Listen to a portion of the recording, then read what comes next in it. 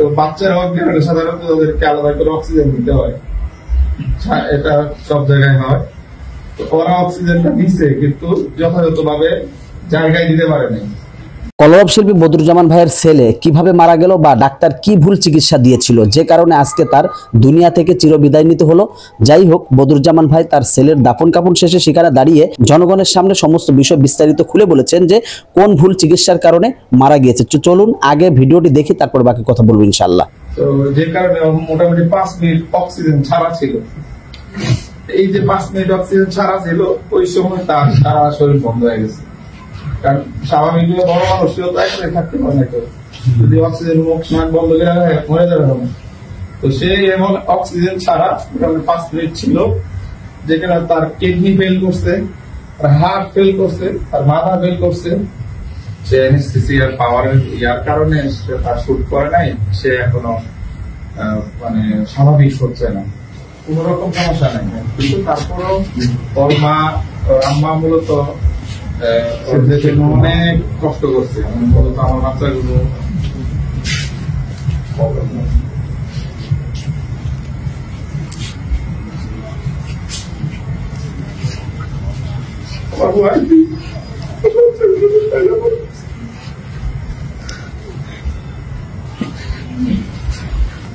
যে কারণে তার ইয়া ছিল যে তার বাচ্চা কোনটা যেন খুব না থাকে, নিজে ইয়া করে আমি না থাকো হসপিটালে নিয়ে গেছি। মানে তার কোনো প্রবলেম না, একদম ভালো মানুষ। হসপিটালে নিয়ে ডাক্তাররা এমন ব্যাপারটা হচ্ছে আমার বাচ্চাটা মেরে ফেলছে, এরকম একটা ব্যাপার। যে সার্জারি, এই সার্জারি যদি মানুষের 112 করে কোনো ক্ষতি নেই। দেখা গেছে তাই নেওয়ার পর তাকে কটিতে দিয়েছে, তখন আমার বাচ্চা হাসি খুশি যাওয়া নিয়ে গেছে, নার্স হাসতেছে, কথা বলতেছে, এমন অবস্থা। পরবর্তীতে যারা অজ্ঞান করার, তো ওরা অ্যানেস্থেসিয়া দেওয়ার পর অত অজ্ঞান হয়ে গেছে। তো বাচ্চারা অজ্ঞান হলে সাধারণত তাদেরকে আলাদা করে অক্সিজেন দিতে হয়, এটা সব জায়গায় হয়। তো ওরা অক্সিজেনটা দিচ্ছে কিন্তু যথাযথভাবে জায়গায় দিতে পারে নাই। তো যে কারণে মোটামুটি 5 মিনিট অক্সিজেন ছাড়া ছিল। এই যে 5 মিনিট অক্সিজেন ছাড়া ছিল, ওই সময় তার সারা শরীর বন্ধ হয়ে গেছে। কারণ স্বাভাবিকভাবে বড় মানুষও তো একসাথে থাকতে পারে না, যদি অক্সিজেন মুখ নাক বন্ধ করে রাখে মরে যাবে না। তো সে এমন অক্সিজেন ছাড়া 5 মিনিট ছিল, যেখানে তার কিডনি ফেল করছে, তার হার্ট ফেল করছে, তার মাথা ফেল করছে। তো পরবর্তীতে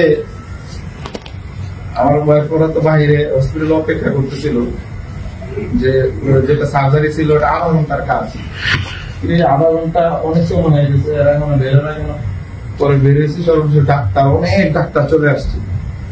তারা এসে বলতেছে যে মা, আমার ওয়াইফকে বলছে, মা বাচ্চা তো আসলে অ্যানেস্থেসিয়া দেওয়ার পরে একটু শুট করতে পারে নাই, পরে আমরা একটু আইসিইউ তে নিয়ে যাই, 10-15 মিনিটের মধ্যে সে ঠিক হয়ে যাবে। আজকে অপারেশনটা করবো না, আরেকদিন করবো। তো নেওয়ার পরে তারা আর বেরোয় না, জিজ্ঞাসা করে কেউ কথা বলে না। যারা বলছে যে সে অ্যানেস্থেসিয়ার পাওয়ারের ইয়ার কারণে তার শুট করে নাই, সে এখনো মানে স্বাভাবিক হচ্ছে না, আর হার্টবিট কমে গেছে। তো যাক, এই ঘটনাগুলো সব পরবর্তীতে জানলাম, মেডিকেল বোর্ড বসাইছে। কারণ আমি ফেসবুকে স্ট্রেস দেওয়ার কারণে অনেকভাবে এটা তাদের কর্তৃপক্ষ তারা দেখছে, এটা কারণে মেডিকেল বোর্ড বসে প্রকৃত কি ঘটনা হয়েছে তখন ওইখানে যারা ছিল তারা ঘটনাটা বলছে। এর আগে কিন্তু আমাদেরকে এগুলো বলেনি। পরে ঘটনা বলছে যে এরকম 5 মিনিট 3 মিনিটের জন্য তার অক্সিজেনটা বন্ধ হয়ে গেছিল, আমরা খেয়াল করিনি, আমরা অন্য কাজ করতেছিলাম। সেটা অজ্ঞান ছিল, অক্সিজেন বন্ধ হলে সে কাজ দেওয়া পারবে না, তার তো খুঁজেই নেই। এইভাবে একটা ভালো বাচ্চা, মানে যার মানে কোনো সমস্যা ছিল না, সে ভালো বাচ্চা ডাক্তারের কাছে গিয়ে এখন আমরা মাটি দিয়ে আসলাম। আমি ওইটা আমার বুঝতে হলো। আমার তো কষ্ট কম, কিন্তু আমার বই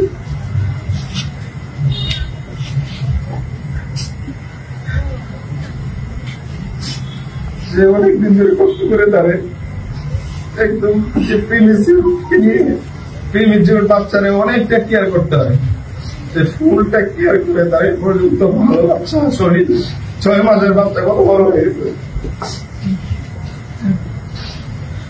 আপনারা সবাই দোয়া করবেন। দর্শক মন্ডলী, বদরুজ্জামান ভাইয়ের নিজের মুখ থেকেই আপনারা জানতে পারলেন সম্পূর্ণ বিষয়টা। আসলে ডাক্তাররা শুধু টাকাই চিনে, ওরা মনে করে যে ওদের ছেলে মেয়েই হয়তো বা আপন, অন্য কারো ছেলে মেয়ে না। ভাই ছেলে মেয়ে যার যেটা হোক, কালো হোক সাদা হোক, প্রত্যেকটা পিতামাতার কাছে তার ছেলে সন্তান হচ্ছে হীরার টুকরা। এই জন্য প্রত্যেকটা ছেলে সন্তানকে যদি যার যে দায়িত্বে আছে সেই দায়িত্ব থেকে যদি সকলকে ভালোবাসার দৃষ্টিকোণ থেকে যদি তাকায়, তাহলে বুঝে আসবে যে তার দ্বারা অন্য কারো ছেলে সন্তানের কোনো ক্ষতি হবে না।